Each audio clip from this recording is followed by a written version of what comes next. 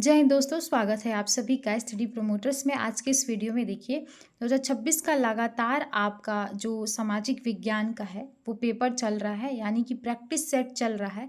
यहाँ से यानी कि प्रीवियस ईयर क्वेश्चन पेपर से इन सारे प्रैक्टिस सेट को उठाया गया है। आपको बार बार मैं बताती हूँ और ये भी बताते आई हूँ कि पेपर का पैटर्न किस प्रकार से होने वाला है। 2025 और प्लस 2024 का ये सारा जो पेपर में मैं करवा रही हूँ प्रैक्टिस में, ये सारा प्रीवियस ईयर क्वेश्चन पेपर है। क्योंकि प्रीवियस ईयर क्वेश्चन पेपर इसलिए लगाना जरूरी होता है, पिछले वर्ष के जो भी प्रश्न पत्र हैं वो दोहराए जाते हैं, नए नए प्रश्न नहीं बनते हैं। और एनसीईआरटी एनसीईआरटी बहुत ज़्यादा इंपॉर्टेंट है। अगर आप एनसीईआरटी नहीं पढ़ रहे हैं तो एनसीईआरटी पढ़िए, सबसे ज़्यादा ज़रूरी है एनसीईआरटी को पढ़ना। देखिए ये 9 है, पार्ट 9 है। इसके पहले आप अगर नहीं देखें तो सारे वीडियो जाके देखिए, प्लेलिस्ट में आपको चैनल पे जाइए और प्लेलिस्ट खोलिए, सारे वीडियो आपको मिल जाएंगे वहाँ से। अब चलिए सबसे पहले देखते हैं कि यहाँ पे नाम है और रोल नंबर है। देखिए अनुक्रमांक का मतलब होता है रोल नंबर, और अनुक्रमांक आपको लिखना है, उसके बाद से क्या लिखना होता है, अपना नाम लिखना होता है, जो भी नाम है। उसके बाद से यहाँ पे जो टीचर वहाँ पे होते हैं क्लासरूम में, जहाँ पे एग्ज़ाम आपका होता है, वहाँ पे अपना साइन करते हैं, जो भी साइन होता है उनका। साइन करने के बाद से वो देखिए यहाँ पे तो पार्ट है, मैं पार्ट करवा रही हूँ आप सभी को, तो ध्यान दीजिएगा आप सभी। देखिए ऐसे कोड लिखा होता है, देखिए यहाँ पे भी कोड है, यहाँ पे भी कोड है। तो कोड को क्या करना है, ओएमआर शीट पे आपको लिखना होता है। यहाँ जैसे यहाँ पे हो गया जी और बी हो गया, तो यहाँ पे देखिए 3 गोले भरे रहेंगे। जहाँ पे जी होगा वहाँ पे गोला यानी कि फिल कर दीजिएगा इसको अच्छे से। और यहाँ पे भी 3 चीज़ें भरी होंगी, जहाँ पे बी होगा वहाँ पे सर्कल कर दीजिएगा। जेल पेन का यूज़ नहीं करना है, आपको हमेशा से बताते आई हूँ, डॉट पेन का यूज़ कीजिएगा आप सभी। चलिए देखिए क्या है, 2026 का ये पेपर का पैटर्न है, यानी कि पेपर में ये इंपॉर्टेंट सारे क्वेश्चन है जो 2026 में आ सकते हैं। चलिए उसके बाद से जानते हैं कि पेपर का जो पैटर्न है वो किस प्रकार से होने वाला है। बार बार समझाते आई हूँ आप सभी को कि देखिए जो भी पेपर होता है आपका 100 नंबर का होता है। 100 नंबर कितने भाग में डिवाइड होता है, देखिए 70 प्लस 30 नंबर, यानी कि जो 70 नंबर होता है वो आपका लिखित होता है और 30 नंबर आपका प्रैक्टिकल होता है, यानी कि जो स्कूल में करवाया जाता है। बाहर से टीचर आते हैं, प्रैक्टिकल कॉपी चेक करते हैं। वाइबा होता है, यानी कि जो टीचर आते हैं वो पूछते हैं सब्जेक्ट रिलेटेड, और आपको हर सब्जेक्ट में 30 में से जितना नंबर होता है वो देते हैं। उसके बाद से आता है 70 नंबर। अब 70 नंबर देखिए कितने भागों में विभाजित है। 70 नंबर 20 नंबर जो बहुविकल्पी प्रश्न है, और 50 नंबर जो होता है आपके 80 शब्द और 150 शब्दों के प्रश्न पूछे जाते हैं, जो कि दीर्घ, अति लघु और लघु प्रश्न होते हैं। उसके बाद से ये 20 नंबर के जो बहुविकल्पी होते हैं, यानी कि जो एमसीक्यू होते हैं, वो आपको ओएमआर सीट पे भरना होता है। ध्यान रहे ओएमआर सीट पे बहुत सारी चीज़ें हैं जो ध्यान देने योग्य बातें हैं। आप यूपी बोर्ड के विद्यार्थी हैं, अगर आपको नहीं पता है तो ध्यान से वीडियो देखिए, सारी चीज़ें आपको क्लियर हो जाएंगी। चलिए देखिए 3 घंटे 15 मिनट आपको मिलता है, यानी कि 3 घंटा 15 मिनट आपको मिलेगा। और जो पूर्णांक होता है यानी कि टोटल नंबर होता है 70 नंबर का होता है, जैसा कि आपको मैं बताई हूँ। उसके बाद से चलिए निर्देश क्या दिया है, इंस्ट्रक्शन दिया होता है। यहाँ पे देखिए इंस्ट्रक्शन में क्या लिखा है, यहाँ पे ध्यान से आप सभी देखिएगा और अच्छे से इसको फॉलो करना है आपको यूपी बोर्ड के एग्जाम में। देखिए 15 मिनट आपको मिलते हैं प्रश्न पत्र को पढ़ने के लिए। उसके बाद से क्या होता है, 2 खंड होते हैं, खंड अ और ब होता है। और देखिए खंड अ जो होता है वो आपका 20 नंबर का होता है, और खंड ब जो होता है वो आपका 50 नंबर का होता है, यानी कि 80 नंबर। और 80 नंबर का जो 80 शब्द और 150 शब्दों को जो लिखना होता है पेपर में। उसके बाद से देखिए खंड अ में बहुविकल्पी प्रश्न है, जैसा कि आपको मैं बताई हूँ। और सही विकल्प के चयन के लिए ओएमआर सीट आपको मिलेगा। काले या नीले बॉल पॉइंट पेन से आपको गोले पर सही पूर्ण रूप से काला करना है। देखिए अगर आपके पास काला और नीला पेन सारे बच्चे लेके जाते हैं, तो ज़्यादा कोशिश कीजिएगा आप काले पेन से ओएमआर सीट पे भरने का। और आपको जेल पेन का प्रयोग नहीं करना है सारी वीडियो में, जैसा कि आपको बताई हूँ। और देखिए खंड अ में प्रत्येक बहुविकल्पी प्रश्न के सामने उसके 1 अंक निर्धारित किए गए हैं, यानी कि एक प्रश्न आपका बहुविकल्पी सही होता है तो 1 नंबर आपको मिलेगा, यानी कि 20 अगर सही होता है तो 20 नंबर आपको पूरा पूरा मिलेगा। अब देखिए ओएमआर सीट पर उत्तर अंकित करने के पश्चात उसे काटना नहीं है, इरेज नहीं करना है, वाइटनर नहीं लगाना है किसी भी प्रकार का। देखिए अगर आपको ओएमआर सीट दिया गया है, उसके बाद से अगर आप यहाँ पे देखिए ए ऑप्शन है, और ए ऑप्शन यहाँ पे देखिए पहला अगर ऑप्शन लिखा होगा यानी कि ये पहला क्वेश्चन है। क्वेश्चन नंबर पहला है यहाँ पे 1 2 3 और 4, यानी कि ए बी सी और डी ऑप्शन है। अगर आपको कोई क्वेश्चन में लग रहा है कि इस वाले ऑप्शन में सी वाला ऑप्शन सही होगा, आप गोला भर दिए, ठीक है। उसके बाद से आप देखते हैं कि नहीं, ये वाले क्वेश्चन में तो डी ऑप्शन सही होगा, हम डी पे भी लगा देते हैं इसको।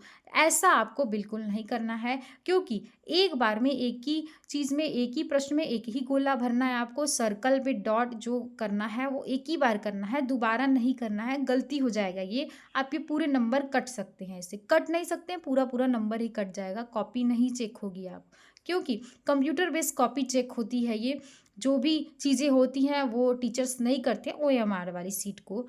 तो ज़्यादा से ज़्यादा आपको ध्यान देना है। और क्या करना है, देखिए ध्यान दीजिए, अगर आप वाइटनर लेके गए हैं और सोच रहे हैं कि ये 2 हो गया है तो हम इसको वाइटनर से इरेज कर दें, तो बिल्कुल नहीं करना है, इसको भी नहीं करना है। आप चाहते हैं इसको इरेज कर दें, मिटा दें, तो ये भी नहीं करना है। और आप चाहते हैं कि चॉक लगा दें, चॉक से इसको हटा दें, तो ये भी नहीं करना, क्योंकि ये सारी चीज़ें होती हैं, कंप्यूटर बेस्ड चीज़ें होती हैं, टेक्नोलॉजी ऐसी ऐसी आ गई है, ठीक है।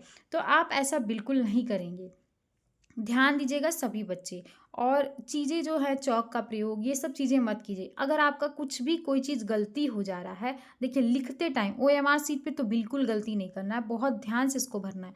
अगर लिखते टाइम कोई गलती हो गया है, मान के चलिए यहाँ पे लिखा है 2 खंड हैं, ठीक है, और इसको आपको अगर कट करना है, तो कट करने का ये तरीका बहुत गंदा होता है, ठीक है। ध्यान दीजिएगा आप सभी, कट कैसे करना होता है। देखिए एक लाइन आप उस पर बस लगा दीजिए, ये कट का निशान हो गया, बस एक लाइन चला दीजिए, बीच से एक लाइन चला दीजिए, वो कट हो गया। और अब बहुत सारे बच्चे होते हैं, क्या करते हैं, इतने गंदे तरीके से इसको ऐसे करते हैं, ऐसे करते हैं, ऐसे कि ये कट हो गया। अब देखिए इतने बड़े स्क्रीन पे सबसे ज़्यादा हाईलाइट क्या हो रहा है, ये चीज़ें हाईलाइट हो रही हैं, और कॉपी कितनी गंदी दिख रही है। ऐसी चीज़ें आपको बिल्कुल नहीं करना है। अगर आप कोई चीज़ लिख रहे हैं, यानी कि अगर आप लिख रहे हैं प्रश्न संख्या 1 लिख रहे हैं, और उसके बाद से आप इसको, अगर गलती हो गया है, ये प्रश्न संख्या 1 नहीं है 2 है, ठीक है, उसके बाद से आपको एक लाइन बस ऐसे चलाना। देखिए क्या यह भद्दा दिख रहा है, क्या किसी प्रकार की गंदी दिख रही है, क्या कॉपी नहीं ना दिख रही है। तो अब दूसरे बच्चे क्या करते हैं, यही चीज़ों को ऐसे करते हैं, पूरी कॉपी गंदी दिखती है। सबसे ज़्यादा हाईलाइट यही चीज़ होती है। ध्यान देना है आप सभी को, जो भी बड़े वाले क्वेश्चन है, यानी कि लॉन्ग क्वेश्चन है, आपको इस प्रकार से गलती नहीं करनी है। सबसे ज़्यादा ध्यान वहीं पे जाता है एग्जामिनर का, जो कॉपी चेक करता है। चलिए उसके बाद से चलिए बहुविकल्पी प्रश्न आ गया आपके सामने, और आपको बताना है, इसका आंसर बताना है कि बताइए। अब चलिए, इतने सारे क्वेश्चन मैं करवा चुकी हूँ आपके बहुविकल्पी क्वेश्चन, NCERT का भी क्वेश्चन करवा दिए हैं सारे, यानी कि सामाजिक विज्ञान का NCERT का क्वेश्चन हो चुका है। अगर आप नहीं देखे हैं तो जाइए वहाँ पे प्लेलिस्ट में देखिए, कंप्लीट NCERT आपको करवा दिया गया है, जाइए वहाँ से देखिए, सारा चीज़ आपको क्लियर हो जाएगा बहुत ही आसान भाषा में। और यूपी बोर्ड में जो भी एग्जाम में पूछा जा रहा है वो NCERT से ही पूछा जा रहा है। प्रश्न संख्या 1 है, भारत में अवशिष्ट शक्तियाँ किसको प्राप्त हैं। अब आंसर आपको बताना है कि किसको प्राप्त हैं। जल्दी से सभी बच्चे आंसर बताइए। और आपको बता दें, ये 2025 प्लस 2024 का प्रीवियस ईयर क्वेश्चन पेपर है, जो आपके 2026 में आ सकता है, इसीलिए इन सारे सेट को उठाया गया है और प्रश्न को बनाया गया है। चलिए बताइए इसका उत्तर क्या होगा। संघ होगा और राज्य होगा, संघ होगा, A और B दोनों होगा, इनमें से कोई नहीं होगा। आंसर क्या बताना है आपको, A और B दोनों इसका राइट आंसर होगा। ये होगा, राज्य के पास भी शक्ति है और संघ के पास भी शक्ति है अवशिष्ट शक्तियों को प्राप्त करने का। चलिए उसके बाद से दूसरा क्वेश्चन पे है, उसके बाद से है रिडर पेस्ट का संबंध है, ठीक है। रिडर पेस्ट जो बीमारी है, इसके बारे में बहुत डिटेल से बताया गया है। आपको MCQ वाले वीडियो प्लेलिस्ट में आपको मिल जाएगा, आप वहाँ से सारा MCQ लगाइए। और लॉन्ग क्वेश्चन का भी आपका चल रहा है वीडियो, लॉन्ग क्वेश्चन का एक पड़ा है, उदारवाद क्या है, आप जाइए वहाँ से देखिए। उदारवाद बहुत बार पूछा गया है, और सारी चीज़ें देखिए। और सारी चीज़ें अगर क्लियर हैं आपको, कमेंट बॉक्स में कमेंट कीजिए, जो भी समझ में नहीं आ रहा है मैं उसको अच्छे से समझाने का कोशिश करूँगी। देखिए रिडर पेस्ट बीमारी का संबंध क्या है, देखिए यहाँ पे थोड़ा सा एक यहाँ पे डॉट रहेगा, ध्यान से देखिएगा आप सभी। रिडर पेस्ट यहाँ पे, ठीक है। उसके बाद से देखिए, पेड़ पौधे की बीमारी से है, मवेशी की बीमारी से है, महामारी से है, या इनमें से कोई नहीं है। देखिए ये क्या पूछता है, देश पूछेगा, देश भी पूछता है, और बीमारी का संबंध किससे है ये भी पूछता है। तो आपको आंसर क्या बताना है, बहुत बार इसका आंसर बता चुकी हूँ। ये मवेशी की बीमारी है जो अफ्रीका से फैला था। कहाँ से? अफ्रीका में हुआ था। अफ्रीका में बहुत ज़्यादा लोग इससे प्रभावित हुए थे। आपको ध्यान में रखना है, मवेशी की बीमारी है। उसके बाद से चलिए थर्ड क्वेश्चन नंबर है, ध्यान से देखना है सभी बच्चों को। थर्ड क्वेश्चन नंबर पे देखिए, ध्यान से देखिए और क्वेश्चन को लगाने का कोशिश कीजिए। 20 में से आपके कितने नंबर सही हो रहे हैं आपको बताना है कमेंट बॉक्स में। निम्नलिखित में से कौन लोकतंत्र से संबंधित है, यानी कि लोकतंत्र से संबंधित है, आपको बताना है। वैध शासन, पारदर्शी शासन, उत्तरदायी शासन, या ये सभी। ये क्वेश्चन पूछा गया है, 20 क्वेश्चन पूछा गया है, इसीलिए 20 क्वेश्चन को मैं आपसे करवा रही हूँ, टेस्ट करवा रही हूँ, ताकि कितने बच्चे कितना नंबर लाए हैं ये 2026 में पूछा जा सकता है। सारे क्वेश्चन को कोई ना कोई क्वेश्चन पूछा जाएगा इसमें से, 20 में से। बताइए आपको क्या होगा, आंसर होगा 20, यानी कि पारदर्शी शासन जहाँ होगा लोकतंत्र से संबंधित होगा। चलिए उसके बाद से क्वेश्चन नंबर 4 है, निम्नलिखित में से कौन सा विषय संघ सूची में है। संघ सूची का विषय आपको बताना है, कौन सा विषय है। प्रतिरक्षा है, कृषि है, व्यापार है, या शिक्षा है। तो बताना है आंसर आपको। राइट आंसर सभी बच्चे बताएंगे जो भी यूपी बोर्ड के विद्यार्थी हैं, 2026 में पेपर देने वाले हैं। आपका फरवरी तक हो सकता है पेपर स्टार्ट हो जाए, तो ज़्यादा से ज़्यादा कोशिश कीजिए सारे सब्जेक्ट को अब तैयार करने का, यहाँ तक कि ड्राइंग को भी आप अच्छे से टाइम दीजिएगा। सारा सब्जेक्ट मोस्ट इम्पॉर्टेंट है, केवल सामाजिक विज्ञान इम्पॉर्टेंट नहीं है। सामाजिक विज्ञान के वैसे पेपर अगर आप अच्छा करके आते हैं तो आपको 100 में से 95 प्लस मिल जाएगा, आराम से 95 प्लस मिल जाएगा। ध्यान रहे सभी बच्चों को।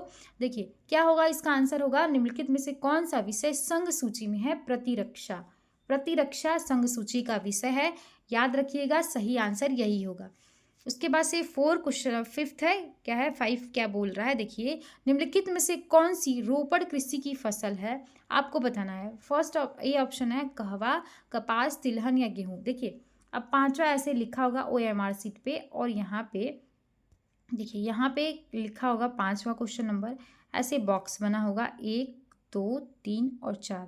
यहाँ ए होगा, बी होगा, सी होगा और डी होगा, ऐसे ऑप्शन बना होता है OMR सीट पे। अब पहला नंबर पढ़े, 5वां क्वेश्चन नंबर पढ़िए। निम्नलिखित में से कौन सी रोपड़ कृषि का फसल है। ए ऑप्शन है कहवा, बी ऑप्शन है कपास, सी ऑप्शन है तिलहन, और डी ऑप्शन है गेहूं। तो इसका राइट आंसर क्या होगा, कपास होगा।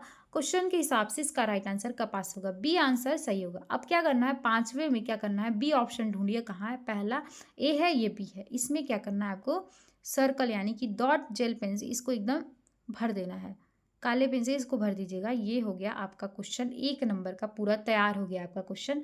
ऐसे ही OMR सीट पे आपको भरना है। हर वीडियो में बताते आई हूँ, गलती कोई भी बच्चा नहीं करेगा। चलिए 6वां है, बहुराष्ट्रीय कंपनी द्वारा निवेश का सबसे सामान्य मार्ग है, बताना है। बहुराष्ट्रीय कंपनी जो है वो MNC कंपनियां हैं, उनके द्वारा जो निवेश का सबसे आसान मार्ग क्या है, ये पूछा जा रहा है। क्या है सबसे आसान मार्ग, बताइए। नए कारखानों की स्थापना, क्या वो नए कारखानों की स्थापना करेंगे। स्थानीय कंपनियों को खरीदना, स्थानीय कंपनियों के साथ साझेदारी करना, या धन का निवेश करना। तो राइट आंसर क्या होगा इसका, स्थानीय कंपनियों की को खरीदना होता है। राइट आंसर क्या होगा इसका, राइट आंसर यही होगा। चलिए उसके बाद से देखिए नेक्स्ट क्वेश्चन पे देखते हैं। नेक्स्ट क्वेश्चन क्या है, सत्ता के क्षैतिज वितरण से क्या तात्पर्य है। क्वेश्चन पूछा गया है, इसीलिए ये सारे क्वेश्चन आए हैं, और इतने बड़े बड़े क्वेश्चन पूछे गए हैं, इसीलिए आपके सामने ये सारे क्वेश्चन आ रहे हैं। और आप बताइए इसका आंसर बताइए। और सभी बच्चे ध्यान रहे, मानचित्र को आप प्रैक्टिस करते रहिए। 10 नंबर के आपके मानचित्र आता है, तो ज़्यादा से ज़्यादा कोशिश कीजिए मानचित्र में जो भी चीज़ें हैं डिनोट करना है, यानी कि कहाँ कौन सी चीज़ें हैं, कौन सा राज्य स्थित है, चंपारण सत्याग्रह कहाँ हुआ था, अहमदाबाद मिल मजदूर कहाँ, जलियांवाला बाग हत्याकांड कहाँ हुआ था, सारी चीज़ें आपको मैप में आना चाहिए दर्शाने के लिए। अगर आप मैप बना रहे हैं, ठीक है, उसके बाद से अगर आपको बिहार कहाँ है, बिहार को दर्शाने आना चाहिए। यहाँ पे बिहार है तो बिहार को दर्शाने आना चाहिए। ऐसी चीज़ें प्रैक्टिस करनी है आपको, ज़्यादा से ज़्यादा प्रैक्टिस करना है। चलिए बताइए, सत्ता के क्षैतिज वितरण से क्या तात्पर्य है, बताइए। सत्ता का संघीय वितरण, सत्ता अलगाववादी वितरण, कार्यपालिका व्यवस्थापिका का न्यायपालिका के बीच सत्ता का बंटवारा, केंद्र और राज्य सरकार के बीच सत्ता का बंटवारा।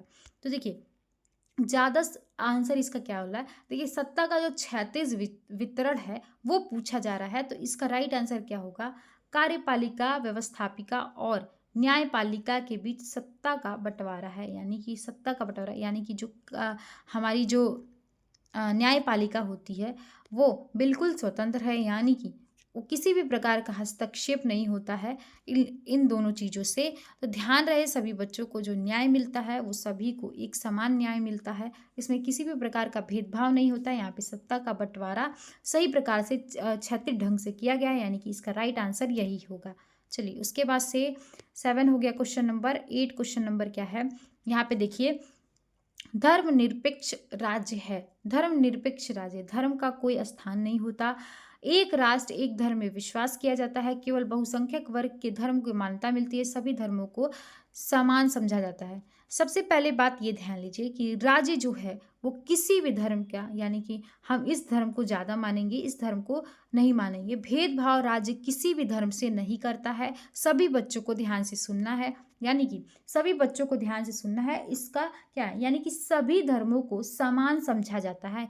राज्य में किसी भी प्रकार का किसी धर्म से कोई भी लेना देना नहीं होता, यानी कि जो भी धर्म है उसको समान रूप से समझा जाता है, किसी भी समाज से यानी किसी भी धर्म से भेदभाव नहीं किया जाता है। तो इसका क्या राइट आंसर होगा, सभी धर्मों को समान समझा जाता है, सभी धर्मों को समान समझा जाता है, एक राष्ट्र एक धर्म में विश्वास किया जाता है, सभी धर्मों को समान समझा जाता है, इसका राइट आंसर होगा। ये राइट आंसर पे टिक लगा लीजिएगा, ठीक है, राइट आंसर पे टिक लगा लीजिएगा। चलिए अब उसके बाद से देखते हैं नेक्स्ट क्वेश्चन पे, भारत की इलेक्ट्रॉनिक राजधानी बताइए क्या है, इलेक्ट्रॉनिक राजधानी बताना है आपको।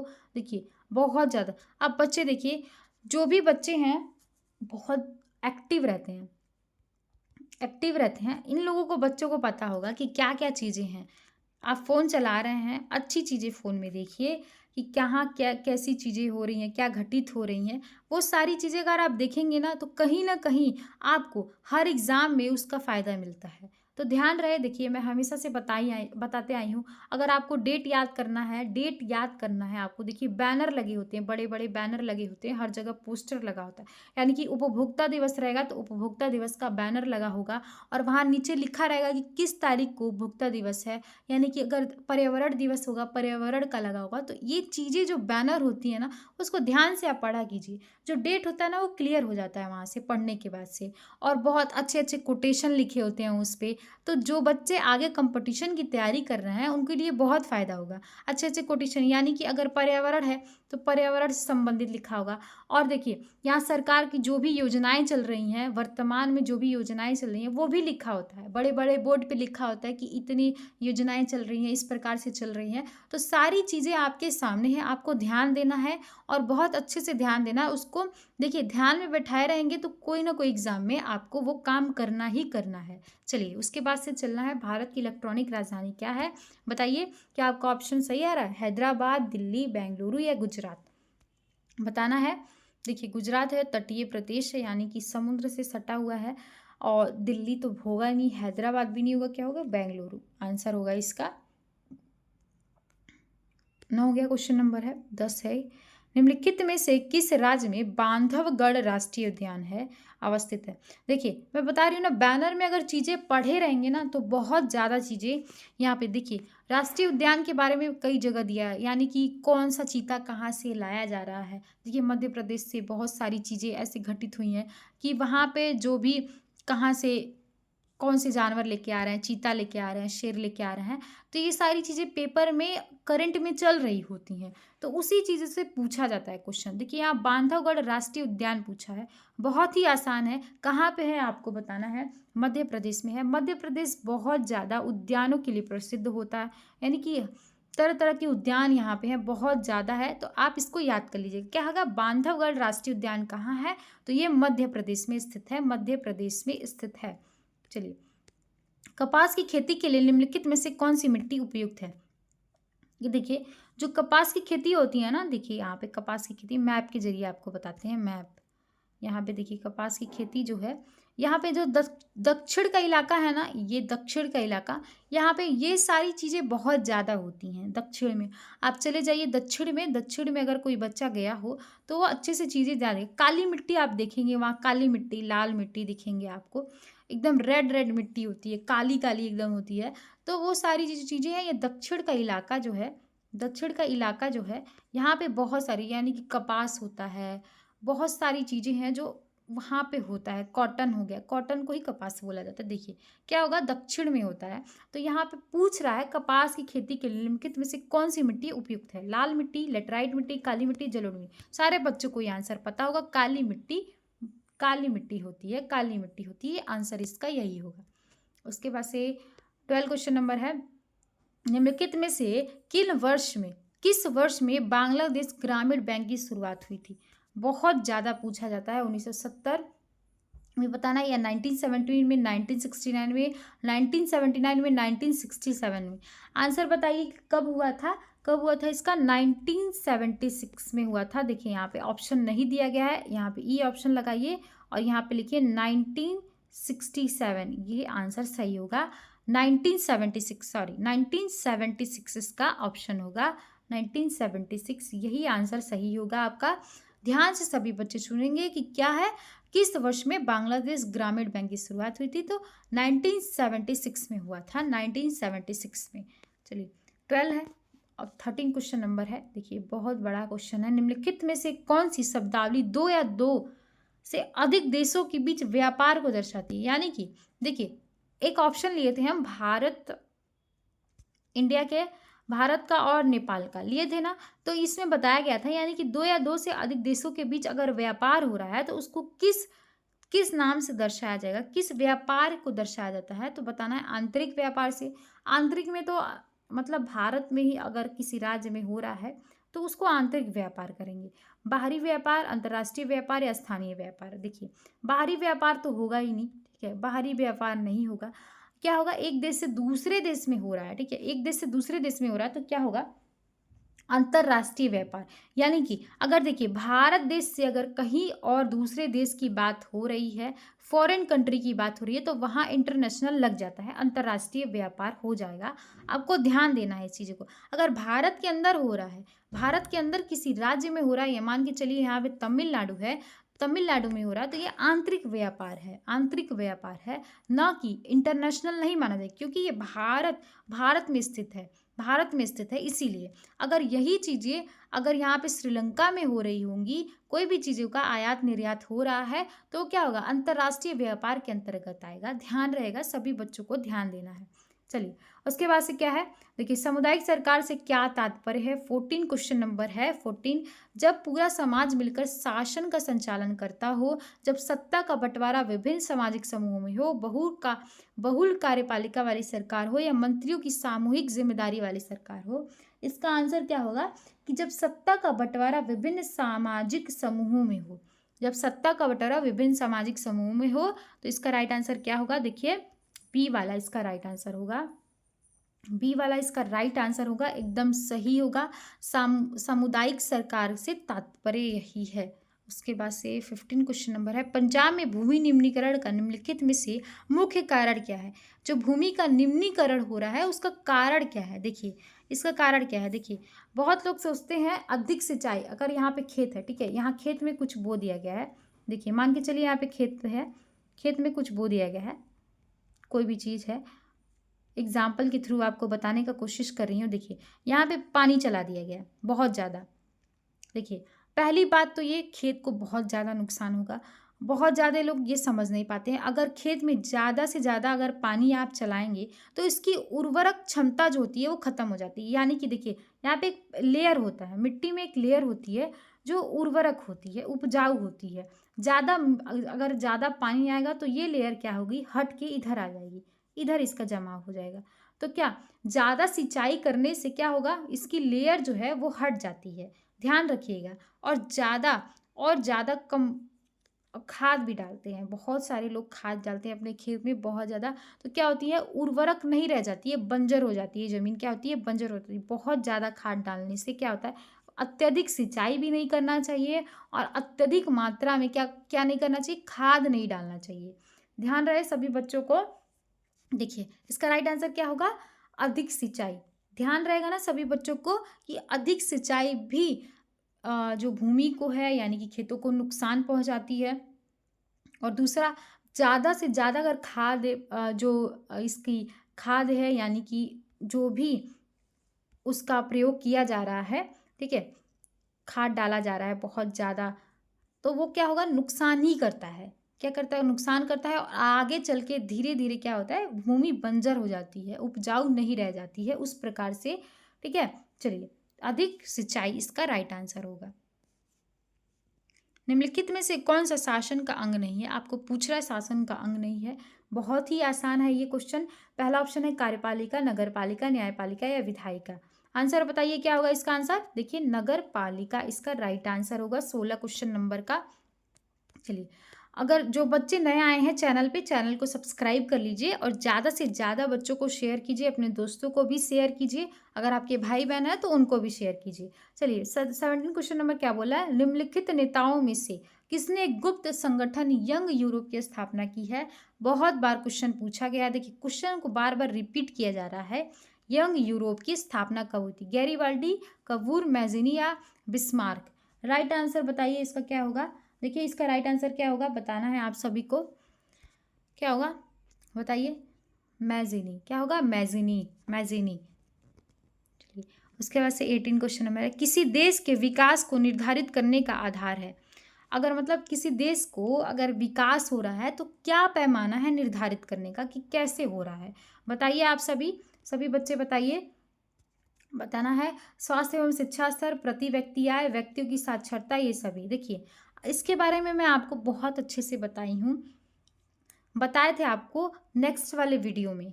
नेक्स्ट वाले वीडियो में इसके पहले वाला जो वीडियो था उस वाले वीडियो में बताई हूँ। क्या होगा आप बताइए, आपको क्या होगा, ये सभी होगा। देखिए अगर किसी देश का विकास का निर्धारण करना है तो सबसे पहली बात उस वहाँ पे स्वास्थ्य एवं शिक्षा देखा जाएगा कि वहाँ के व्यक्ति कितने स्वस्थ हैं और वहाँ की शिक्षा स्तर कितना है, मतलब कितने लोग पढ़े लिखे हैं वहाँ पे। प्रति व्यक्ति आय यानी कि प्रति व्यक्ति आय की व्यक्ति जो कमा रहा है, प्रति व्यक्ति आय कितना कमा रहा है, एक व्यक्ति कितना कमा रहा है। और व्यक्तियों की साक्षरता यानी कि कितने व्यक्ति पढ़े हैं, लिख सकते हैं। ठीक है, ये सारी चीज़ें क्या होती है, विकास का निर्धारण करती है किसी भी देश का। क्या होगा इसका राइट आंसर, ये सभी होगा। अब 19 नंबर क्या है, औद्योगिक क्रियाओं को किस आर्थिक क्षेत्र में रखा गया है। देखिए आर्थिक क्षेत्र पूछता है, प्रथम, द्वितीयक और तृतीयक, 3 आर्थिक क्षेत्र होते हैं। पहले वाले में कृषि से संबंधित होता है यानी कि जो कच्चे माल होते हैं, कच्चा माल होता है पहले में आता है। दूसरे में क्या आता है, औद्योगिक क्षेत्र हो गया। और उसके बाद से क्या होता है, जो सेवा क्षेत्र होता है उसे बोलते हैं। तो औद्योगिक क्षेत्र क्या होगा, द्वितीयक क्षेत्र में आएगा। इसका राइट आंसर यही होगा। बार बार हमेशा बताते हैं। देखिए यहाँ पे औद्योगिक क्रियाएं दिया है ना, यहाँ पे कृषि दे सकता है, मत्स्य उत्पादन दे सकता है, जो भी है वो चीज़ें देगा और आपसे पूछेगा कि कौन से क्षेत्र में आता है।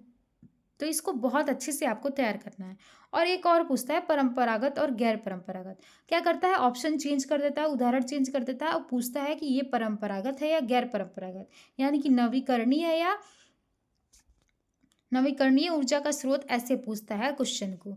चलिए उसके बाद से अफ्रीका के रिंडर पेस्ट क्या था। देखिए पूछ दिया, रिंडर पेस्ट क्या था, अफ्रीका में रिंडर पेस्ट क्या था।